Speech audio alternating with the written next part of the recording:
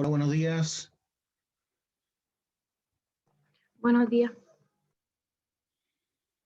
Creo que no hemos terminado de ver el primer PowerPoint, así que vamos a seguir con lo que estábamos viendo.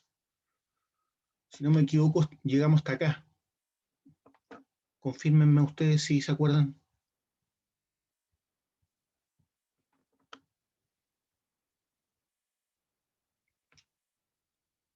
Eso lo vimos, ¿cierto?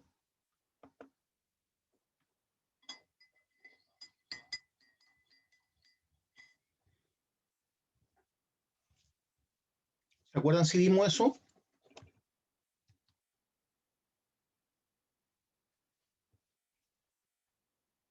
Chiquillo. Sí.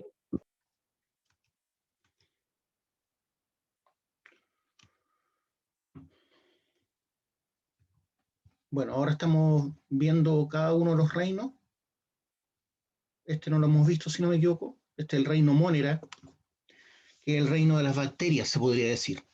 El reino de las bacterias. Reino Monera. Aquí los individuos de este reino son procariotas o procariotes. Significa que su núcleo, como ven ahí ustedes en la imagen, no está separado, no está compartimentado respecto al resto del citoplasma. ¿Ya? Eso hace que una bacteria le sea más fácil intercambiar información genética, ¿ya? Porque su núcleo está en el citoplasma y ese núcleo no está separado del resto del citoplasma. ¿Esto no lo habíamos visto, chiquillos? ¿Se acuerdan o no? No, profe. ¿No lo habíamos visto? No Ya, llegamos acá. vamos a hacer de cuenta que esta otra bacteria ya. Esta bacteria resistió, por ejemplo, la amoxicilina. Fue capaz de resistir la amoxicilina, que es un antibiótico. Entonces, esa información genética que le ayudó a resistir la amoxicilina queda aquí en su ADN, en un trozo de ADN. Este pili que está ahí, esos son pili, son como tubos que se alargan cuando ven otra bacteria y le mandan ese trozo de ADN por el pili, y ese trozo de ADN que le permitió resistir un determinado antibiótico se une después al resto de su ADN. Entonces esta bacteria nunca ha luchado con amoxicilina, pero le llegó de regalo la fórmula para poder resistir la amoxicilina, ¿ya? Así es como se intercambian información las bacterias a través del pili. Por eso una bacteria intrahospitalaria es muy difícil de combatir, porque muchos de sus ancestros han vivido en el hospital y seguramente los han tratado de matar.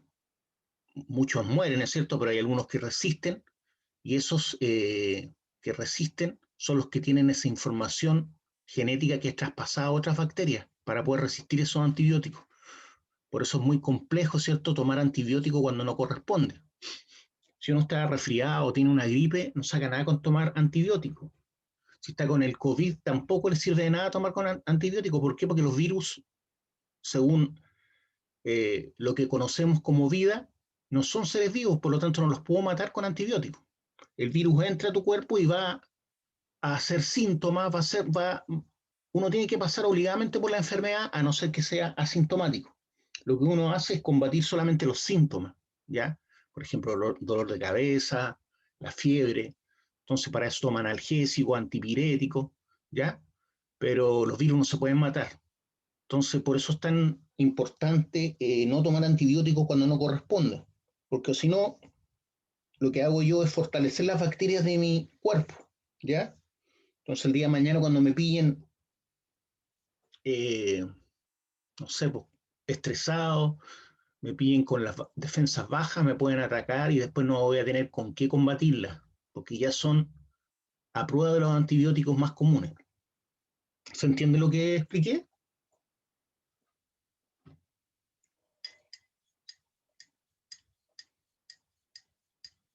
¿Se entiende?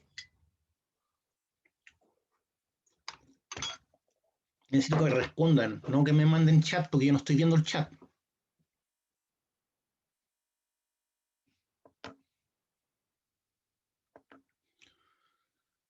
Ya. Sí, profe. Ya. Entonces, las bacterias son del reino Monera, son procariotes con tamaños que van desde el 1 a 15 micras, de 1 a 15 micras, o sea, micrómetros, ¿ya? Micrómetros. Cada micra tiene una millonésima parte de un metro, por eso se llama micrómetro.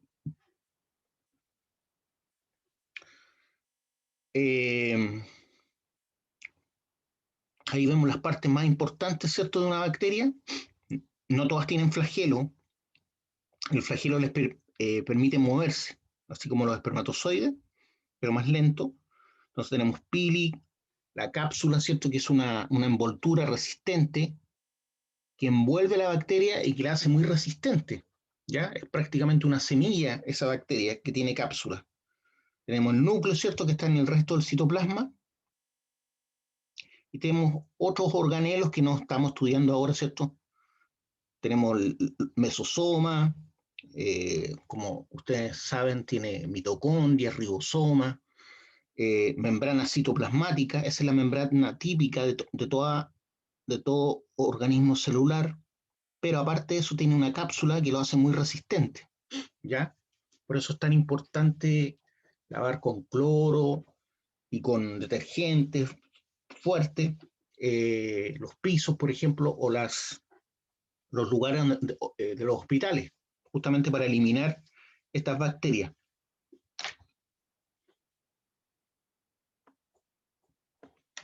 Pero algunas, a pesar de todo, porque como son organismos tan pequeños, se quedan en cavidades, en porosidades, y no les llega, ¿cierto?, el elemento que debería matarlos, los detergentes, qué sé yo, el cloro, y ahí quedan esperando hasta que se den las condiciones, ¿cierto?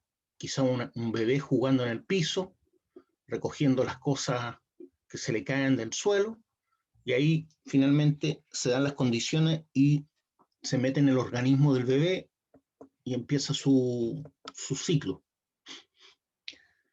Los procariotes carecen de núcleo, no, eso no está bien dicho, no es que carezcan de núcleo, ¿ya? El núcleo existe, lo que pasa es que no tienen pared que separa el núcleo del citoplasma, ¿ya? No tienen pared del núcleo que lo separe del resto del citoplasma, a eso se refiere, no es que carezcan de núcleo. El ADN es circular, el citoplasma no está compartimentado, Generalmente aparece rodeado a la célula una pared protectora, eso es lo que le llamamos cápsula, ¿cierto? Generalmente aparece rodeado a la célula una pared protectora. Los principales grupos dentro de este reino son los siguientes. Las bacterias, ahí tenemos una bacteria similar a la que está ahí como ejemplo, que es un bacilo. Por su forma, las formas tipo arroz son bacilos. Y también tenemos las algas cianofisias. Nada de esto lo hemos visto, ¿cierto? ¿O ya lo había pasado? No lo hemos visto. Ya.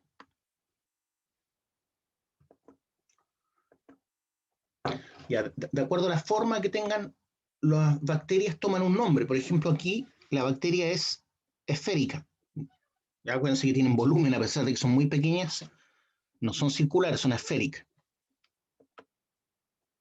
Entonces, esos son los cocos. De ahí viene el estafilococo, por ejemplo, que es una bacteria muy terrible, que cuando nos reventamos una espinilla, ahí está. Así que es muy malo reventarse espinillas, ¿cierto? Y con esas mismas manos, después comer alimentos, te puedes morir tú mismo con los estafilococos que tu mismo cuerpo generó en un combate, ¿cierto? Acuérdense que los estafilococos son bacterias, ¿cierto?, que pelean contra nuestros leucocitos, y los leucocitos al morir generan pus, ¿ya? Entonces, todo estafilococo, si uno no se lava bien las manos y se acaba de reventar una espinilla o algo, o un furúnculo, no sé, y después come, se puede automatar. Esto es un bacilo por su forma, y también tenemos los vibriones, que son los que tienen este flagelo que les permite moverse. Vibrión, el vibrión parahemolítico es uno, eh, siempre está enfermando personas. Cuando no comemos los alimentos bien cocidos, están, por ejemplo, los mariscos. Y también tenemos los espirilo. Entonces, es una sola unidad, una sola célula, se llama espirilo, por la forma, ¿ya? Es como un, si se dan cuenta, tiene como una forma helicoidal. Esas son las bacterias conocidas, digamos. También tenemos el reino protoctista, donde existen organismos unicelulares y pluricelulares, ¿ya? Pero todos ellos están formados por células eucariotes. A diferencia del reino monera, estamos hablando ahora de células eucariotes, o sea, células que tienen su núcleo separado del resto del citoplasma.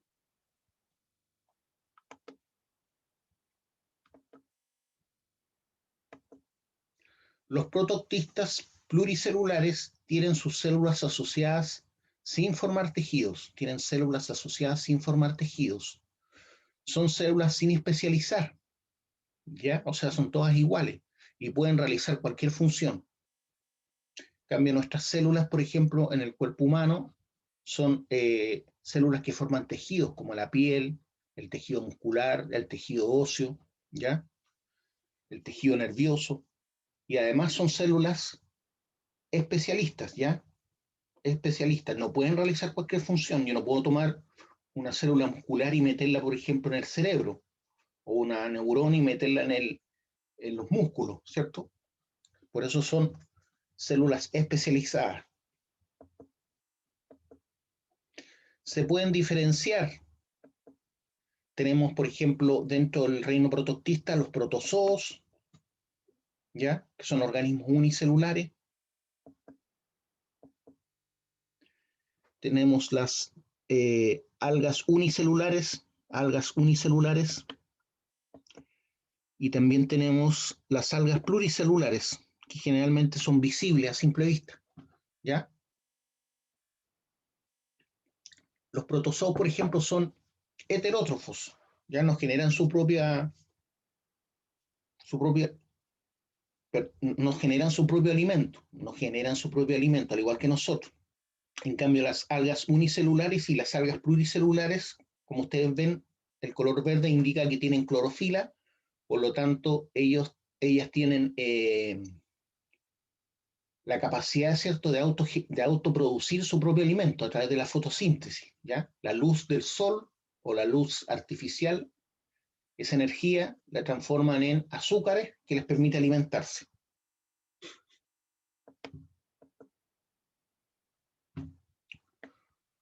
También tenemos el reino fungi, el reino de los hongos, que es un reino muy importante.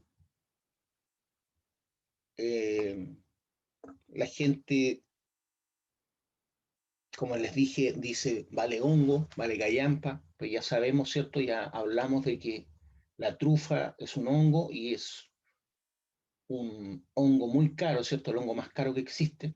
Y además sabemos ya, como les dije antes, si no me equivoco, es como tengo dos cursos, no sé si se los dije o no, pero les dije que el organismo viviente más grande del planeta es un hongo. ¿Les dije eso o no? ¿Me lo pueden responder, por favor? Sí, profesor, sí lo dijo. Ya. Entonces, los hongos no son tan insignificantes o tan poca cosa como ya podrán entender. Entonces tenemos que el organismo más grande del planeta, que mide más de 20 hectáreas, que está en Oregon, que es un solo individuo, es un hongo, ¿ya? Y además de tener cientos de años, ¿cierto? Aparte de eso, ya les hablé que gracias a los hongos se encontraron los antibióticos. La penicilina nace a partir de un moho muy parecido al que nosotros vemos, por ejemplo, que ataca al pan o a la fruta, ¿ya? Lo descubrió Fleming, ¿cierto? Fue por accidente, pero trajo un gran avance. ¿Qué más le iba a decir? Y le hablé de la trufa, ¿cierto? Que la trufa es un hongo muy valioso que le da un sabor especial a las comidas. Es muy caro, 1 kilo de trufa, por ejemplo. Se vende la trufa entera, ¿ya? Entera, por ejemplo, una trufa del porte a ver, ¿cómo le voy a abrir la cámara mejor para que veamos? Una trufa de este porte, más o menos, que cabería en mi mano así, puede pesar 1 kilo, ¿cierto? 1,5 kilos. Esa podría costar fácilmente 8 millones de pesos. Se rematan esas trufas. Se encuentran bajo tierra, como todos los hongos, crecen bajo la tierra. La diferencia es que esta trufa no tiene setas, por lo tanto no son visibles a simple vista donde están. Los hongos que nosotros conocemos son los que tienen setas, ¿cierto? Uno sale a caminar en otoño o en primavera y después de la lluvia se ven callampitas en el suelo. Eso se llama seta, ¿ya? Y esa seta es la parte reproductiva del hongo, ¿ya? Pero el hongo está bajo tierra. Entonces, en el caso de que nosotros sepamos escoger hongos comestibles, hay que tener mucho cuidado, porque hay muchos hongos que se parecen. Y la gran mayoría de los hongos no son comestibles, pero el que sabe puede escogerlo, ¿cierto?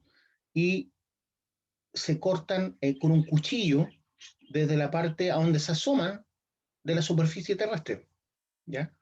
Se asoman del suelo, ahí uno corta, porque si lo tira, arrasan con el hongo y no va a volver a generar setas que son las comestibles. Entonces los hongos son organismos unicelulares o pluricelulares, organizan sus células en filamentos largos llamados hifas. El conjunto de hifas constituye el cuerpo del hongo, al que se denomina micelio. Bueno, ahí estamos hablando obviamente de un organismo pluricelular. Entonces organizan sus células en filamentos largos, ¿quiénes? Los pluricelulares, llamados hifas, porque también hay hongos unicelulares. El conjunto de hifas constituye el cuerpo del hongo, al que se le denomina micelio. Tienen una pared celular de quitina. Reproducción, hay hongos de reproducción asexual y hay hongos de reproducción sexual. Estos forman esporas, ¿ya? Y las esporas son como semillas que se esparcen para generar nuevos individuos. Son heterótrofos.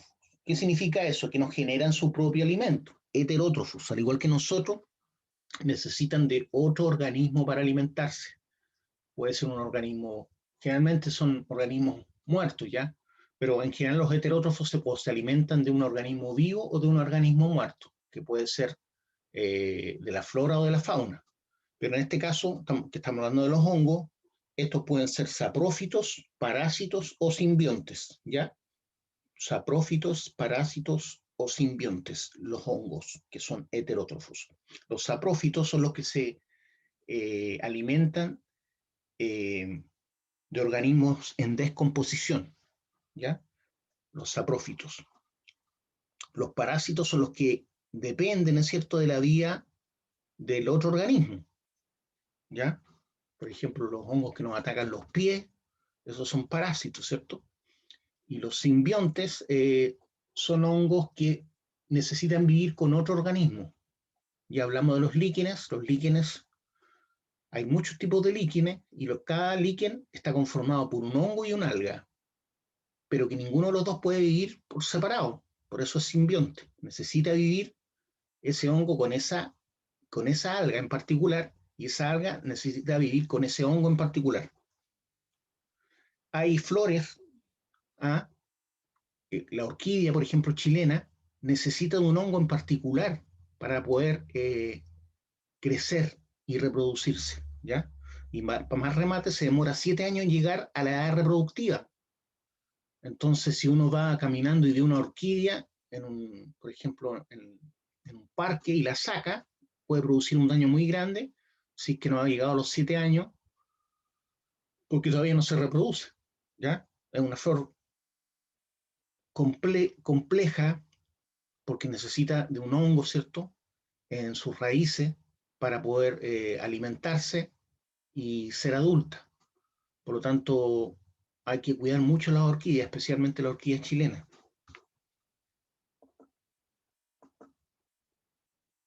Esa es la seta, ¿ven? Eso es lo típico que yo le... Entonces ese hongo, si ese hongo fuera, no fuera venenoso, yo tengo que cortarlo ahí, ¿ven? Ahí.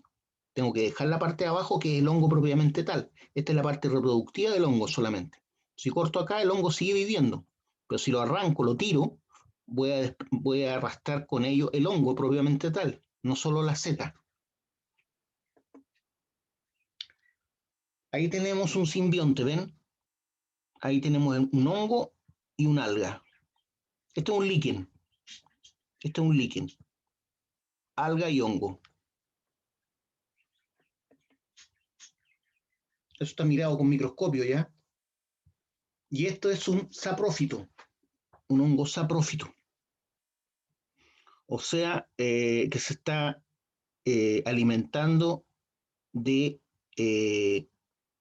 madera muerta, madera muerta.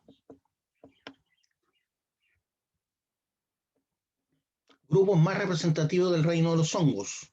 Grupos más representativos del reino de los hongos.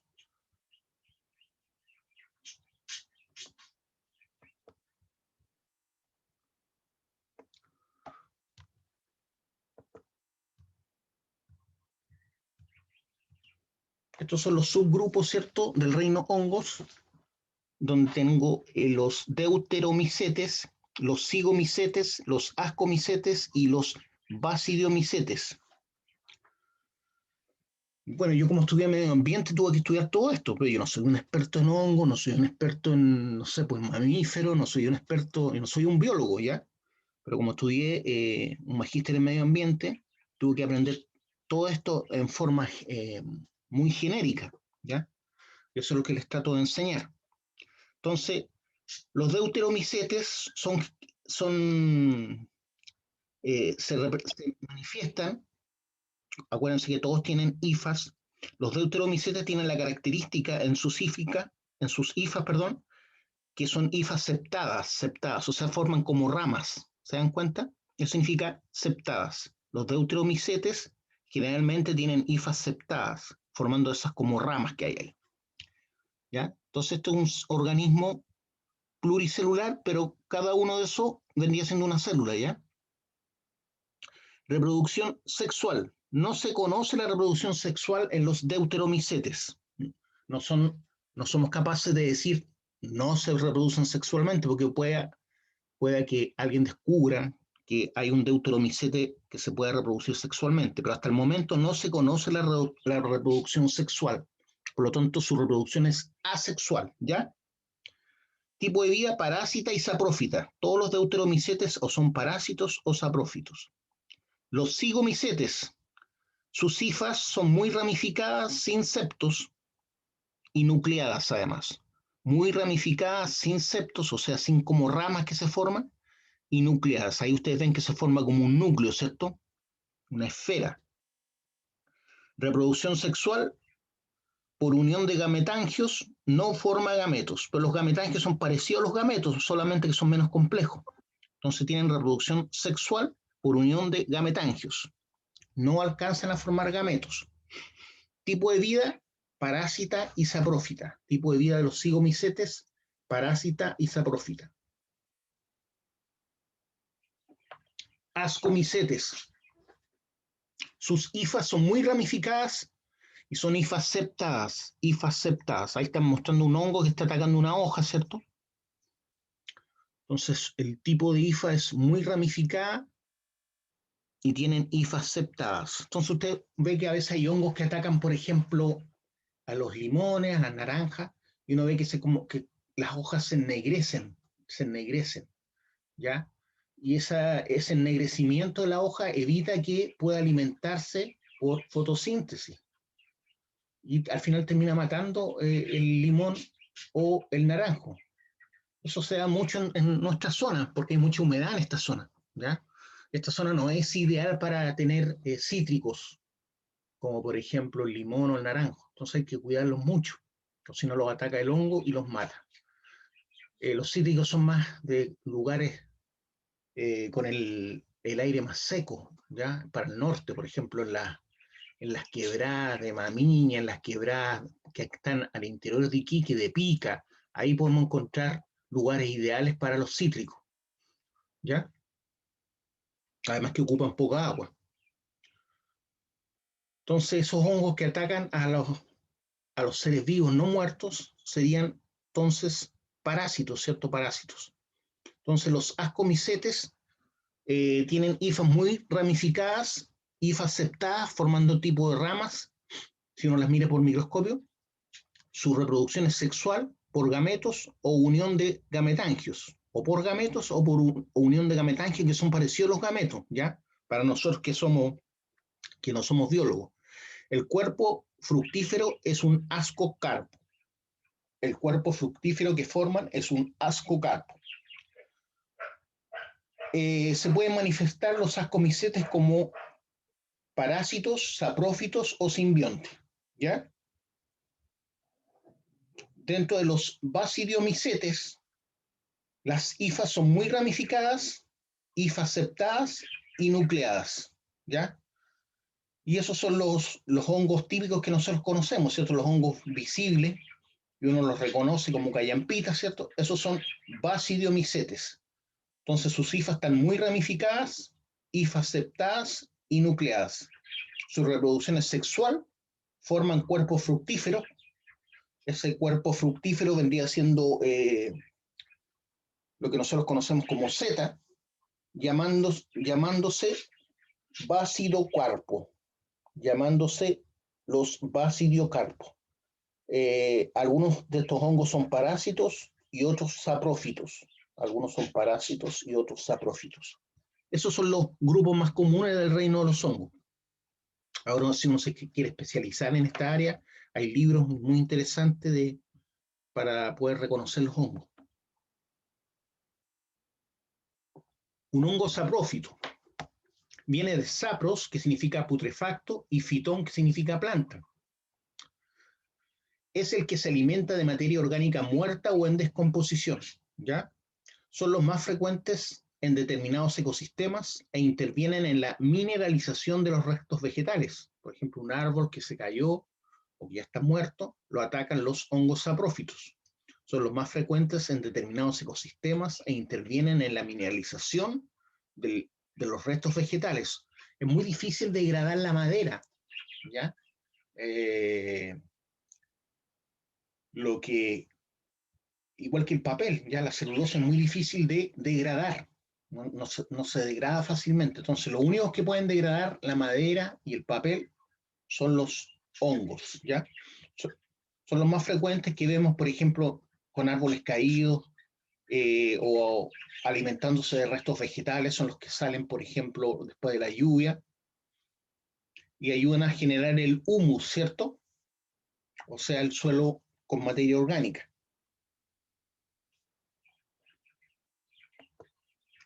Ahí tenemos hongos saprófitos. Este es el típico que sale después de la lluvia, ¿cierto? Muchos lo hemos visto. Entonces las esporas estaban ahí en el suelo esperando las condiciones para que saliera, que normalmente es después de la lluvia. Hay otros hongos ahí arriba y otros hongos a la izquierda. Miren cómo está abriendo cómo se está alimentando de la madera que está bajo la corteza. Llegó a abrir la corteza el hongo. Reino de las plantas o metáfitas, ¿ya? Organismos eucariotes pluricelulares fotosintéticos. Reproducción puede ser asexual o sexual. O sea, hay plantas que se reproducen asexualmente y otras sexualmente. Cuando hablamos de reproducción sexual es porque hay gametoides, ¿cierto? O gametos. gametangios o gametos. Desarrollan estructuras para fijarse al sustrato y absorber aguas y sales minerales. ¿Cómo se llaman esas estructuras? Ustedes las conocen.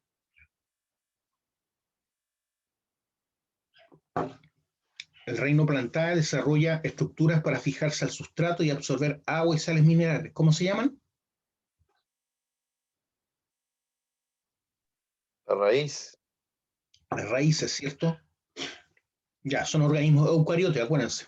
O sea, sus células tienen el núcleo separado del resto del citoplasma. Son todas pluricelulares, el reino Plantae.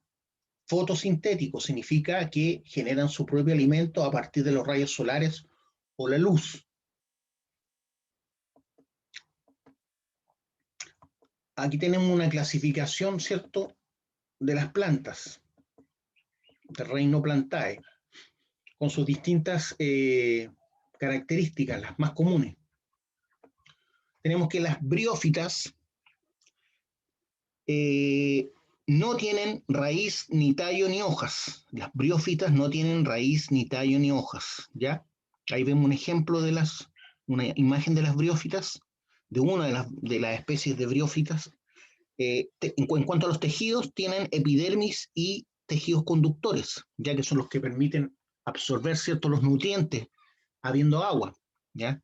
El agua es necesaria para absorber los nutrientes, o sea, los minerales que necesitan las plantas, ¿ya? Esa es la importancia del agua. Si bien la planta genera su propio alimento, a través de la fotosíntesis, sí necesita de otros elementos para vivir, como son ciertos minerales, ¿ya?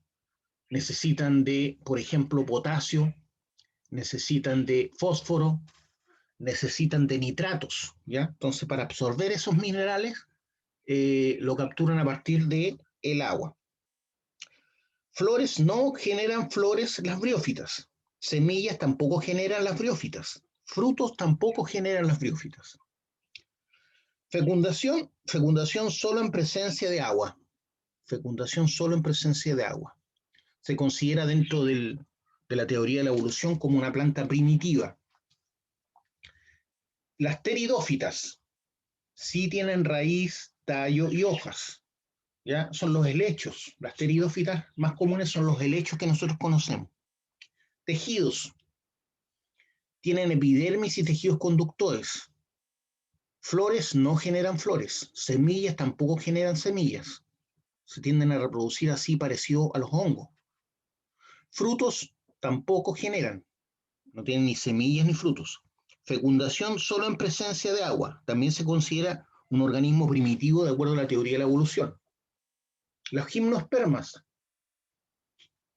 Las gimnospermas son las coníferas, por ejemplo. Las coníferas son gimnospermas. Las araucarias, el secuoya, sí tienen raíz, tallo y hojas.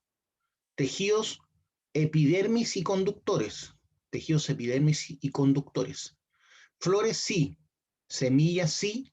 Sí tienen flores, sí generan semillas. Bueno, en general, toda planta que genera flor va a generar semillas. Frutos no generan frutos, ¿ya? No precisa de agua para la fecundación. No precisa de agua para la fecundación las gimnospermas. Bueno, tanto las gimnospermas como las angiospermas además tienen corteza, ¿ya? Corteza, no todas las plantas tienen corteza. Ahí no aparece eso, pero para que ustedes sepan, los gimnospermas y las angiospermas tienen corteza. Dentro de las angiospermas son los árboles frutales. Las angiospermas son todo lo que conocemos nosotros como árboles frutales, la ciruela, el guindo, la cereza, ¿ya? Todos los que generan frutas, el manzano, el peral, todos esos son angiospermas. Tienen raíz, tallo y hojas. Tejidos lo mismo, epidermis y conductores. O sea, como ustedes ven, los 4 grupos de las plantas conforman epidermis y conductores como tejido. Flores sí, totalmente.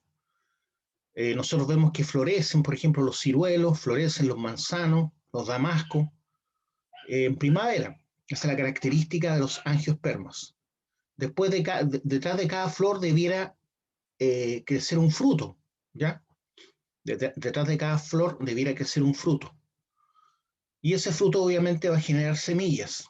Entonces, estos sí tienen semillas, sí tienen frutos, las angiospermas. Si se dan cuenta, el único grupo que genera frutos son las angiospermas, que son los árboles frutales básicamente. Y tampoco precisan de agua para la fecundación. Tampoco precisan de agua para la fecundación. Ese es el grupo de las plantas. Después tenemos el reino Animalia o animales. También son organismos eucariotes, pluricelulares, heterótrofos, cuyas células no poseen pared y se agrupan formando tejidos.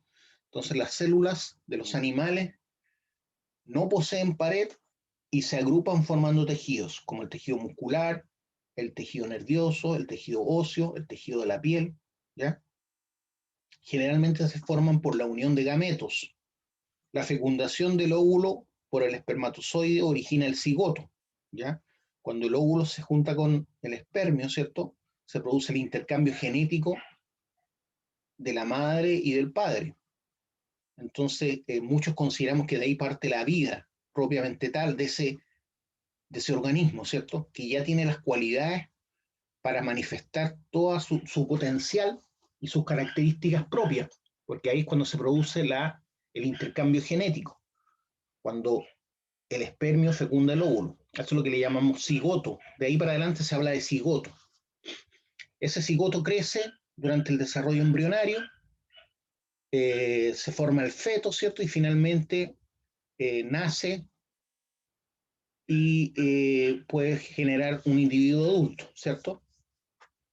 Entonces todo este proceso es mucho más largo que en otros reinos, ¿ya? Para que un mamífero, ¿cierto?, llegue a ser adulto, no es tan rápido, especialmente en el hombre, en el ser humano, quiero decir. Entonces, ahí vemos que dentro del reino Animalia tenemos una medusa que aparentemente es tan poco compleja, ¿cierto? Y tenemos algo tan complejo como el gorila. Y nosotros estamos dentro de este reino también. De acuerdo, ¿cierto?, a la clasificación de la vida en el planeta, nosotros somos mamíferos.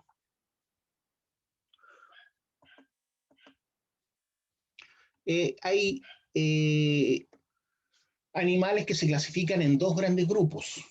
Los animales se clasifican en dos grandes grupos, los diblásticos y los triblásticos.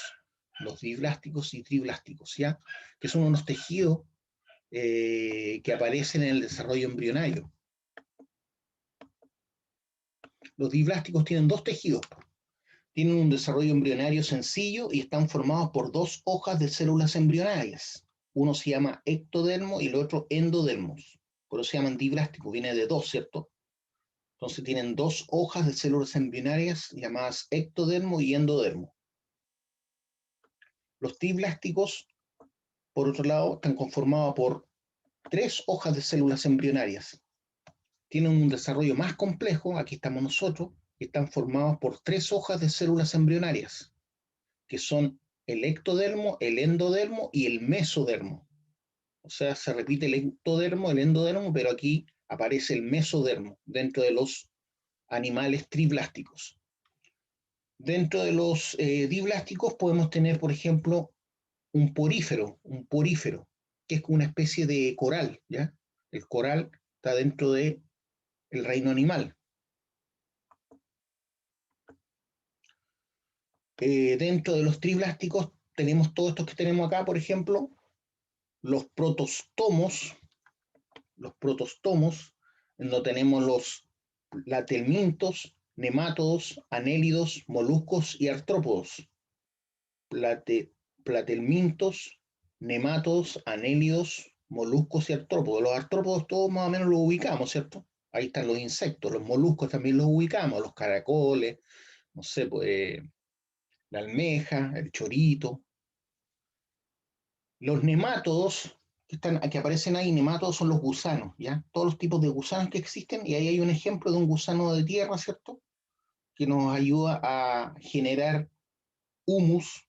Los gusanos cumplen una función muy importante porque permiten airear el suelo y además van agregando las heces, y esas heces son muy nutritivas, ¿cierto?, para el suelo.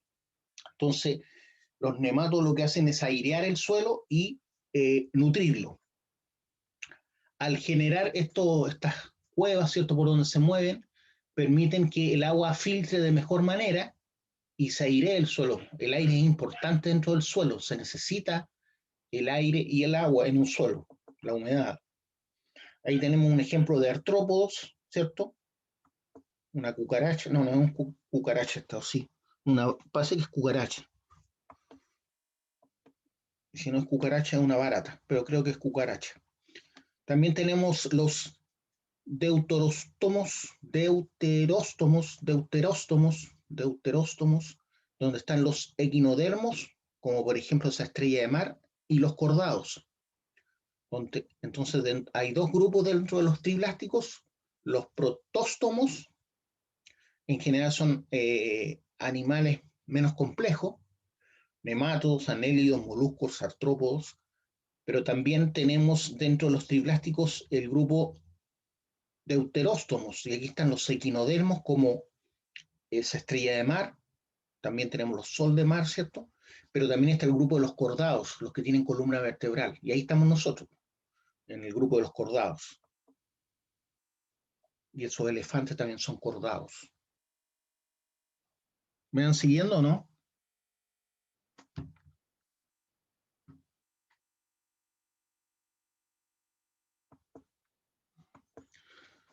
Ya terminamos este PowerPoint. Voy a salir para tomar el otro. Voy a cerrar este. Achicar esto otro. Y vamos a partir con otro PPT que se llama Ecología Resumen, que todavía no lo subo. Ecología Resumen.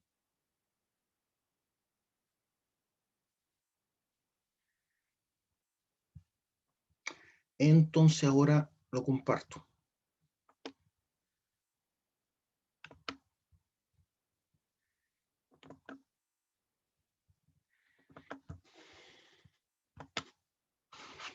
¿Lo están viendo, cierto?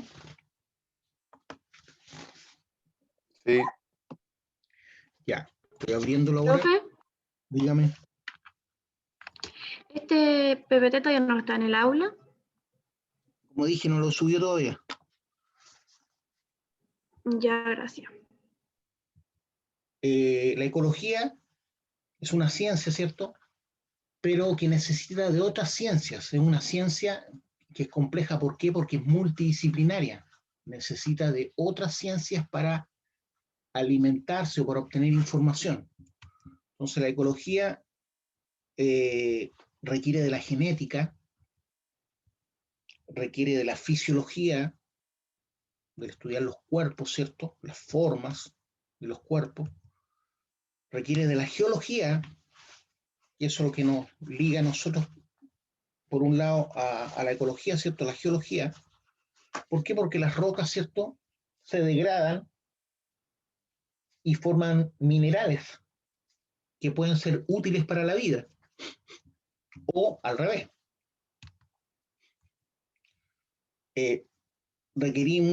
Para estudiar la ecología, requerimos de la hidrología, cómo se comportan las aguas continentales, cómo se comportan los ciclos del agua, ¿ya?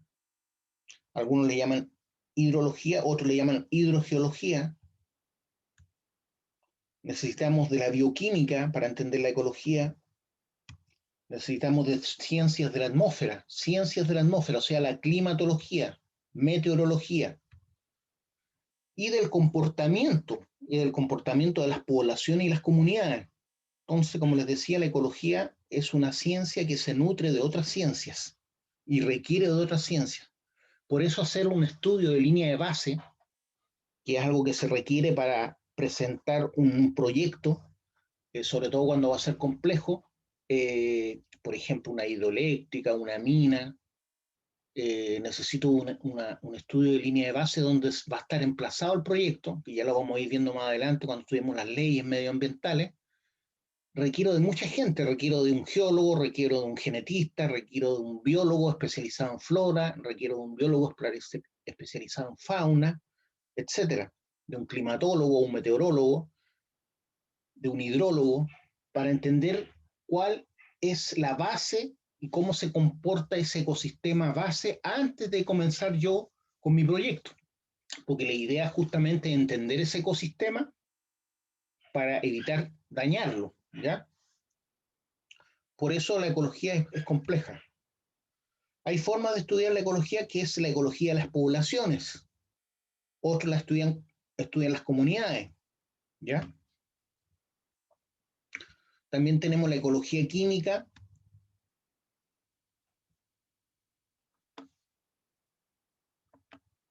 la ecología evolutiva, la ecología de paisajes, la ecología de sistemas, la ecología del comportamiento, ¿ya? Y la ecología de las comunidades. Ahí aparece la ecología de las poblaciones, falta la ecología de las comunidades. Entonces, como ven, no es tan simple estudiar la ecología. Haeckel se considera uno de los padres de la ecología, y él definió la ecología con esta definición. La ecología corresponde a las interrelaciones de los organismos con su medio ambiente. Las interrelaciones de los organismos con su medio ambiente. O sea, los organismos dentro de un ecosistema están interrelacionados y a su vez están relacionados con también la parte abiótica. La parte abiótica es la parte no viva del ecosistema, como las rocas, el viento, la lluvia, el clima. Las interrelaciones de los organismos con su medio ambiente, tanto orgánico como inorgánico. Es una buena definición, ¿cierto? Otro biólogo definió la ecología como el estudio de la estructura y función de la naturaleza en el 1947. Es el estudio de la estructura y función de la naturaleza. La estructura se refiere a cómo está estructurada la naturaleza, ¿cierto? Las ramas, cómo existen las redes y las cadenas tróficas. Eso forma la estructura y la función que cumple cada especie, ¿cierto?, en esa estructura. Entonces, Odum dice que es el estudio de la estructura y función de la naturaleza. Hay otra definición, esta me gusta más, en la tercera década del siglo XX, estudio de las interacciones, interacciones que determinan la distribución, la abundancia, número y organización de los organismos en los ecosistemas. ¿Ya? Es el estudio de las interacciones que determinan la distribución de las especies, ¿cierto? De las poblaciones, abundancia, número, ¿cierto? Y organización de estos organismos en los ecosistemas. Están organizados, están formando una estructura donde hay redes y cadenas tróficas, ¿ya? O cadenas alimenticias, más conocidas así. Smith R. y Smith T., el año 2001, que si no me equivoco son hermanos, definieron la ecología como el estudio de la economía de la naturaleza. A mí particularmente no me gusta esta definición porque tengo que entender lo que es la economía para entender cómo funciona la naturaleza. Entonces dice, es el estudio de la economía de la naturaleza. Entonces, una economía sana, ¿cierto? Tiene competencia sana, tiene muchos proveedores, tiene muchos compradores. Entonces, para poder entender cómo funciona la naturaleza, hay que entender cómo funciona la economía desde el punto de vista de Smith. Ecología. Aquí hay otra definición. Es el estudio científico de las relaciones entre los organismos y el medio ambiente. Es el estudio científico de las relaciones que existen, ¿es cierto?, entre los organismos vivientes y el medio ambiente.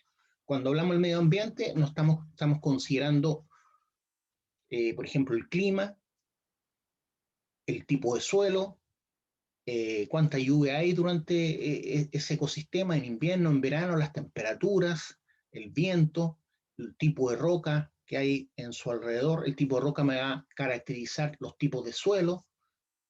La cantidad de lluvia también de alguna forma me va a caracterizar el tipo de suelo. Eso sería la ecología.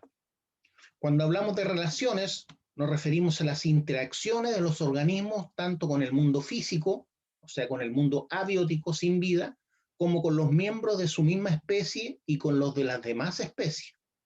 Entonces ya podemos decir que los organismos que viven en un ecosistema, desde el punto de vista de la ecología, interaccionan esos organismos tanto con el mundo físico como con los miembros de su misma especie y con los de las demás especies. Entonces, cuando hablamos de con el mundo de la misma especie, estamos hablando de la población, ¿ya? La población, cómo interactúan las moscas con sus pares. Eso sería el estudio de la población de las moscas. Pero cuando hablamos de cómo interactúan con otras especies, estamos hablando del estudio de la comunidad, ¿cierto? Cómo esa mosca puede ser alimento, por ejemplo, a los sapitos o ranas que estén en esa zona. ¿Qué es lo que es medio ambiente? Incluye no solo las condiciones físicas, sino también las condiciones biológicas en que vive un organismo. Entonces, el medio ambiente incluye no solo las condiciones físicas, sino también las condiciones biológicas en que vive un organismo. Ya, chiquillos, por hoy lo vamos a dejar hasta acá. ¿Tienen alguna duda, alguna pregunta que me quieran hacer? Necesito que participen más ya para que no sea tan fome hacer la clase. Así que les pediría que cuando les pregunte algo puedan participar. Nos estamos viendo. Chao, profe. Profe. Profe.